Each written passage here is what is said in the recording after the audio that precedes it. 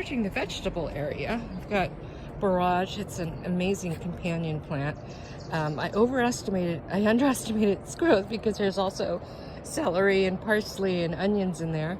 This thing is an asparagus, this feathery thing, and most people are amazed that that's asparagus because what we're eating are the spears that come out of the soil before it becomes a plant. So you snap those off, and that's the asparagus we know. We've got some snow peas left over from winter.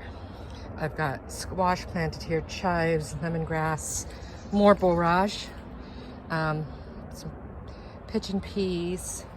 These are the beans. I've got them climbing on an old bed frame, and so it's nice to reuse things. And this is the Florida weave with all the tomatoes. The radishes are getting harvested now, so that gives you an idea. And that's a very, very lush ricotta pepper. It's really enjoying the sun here.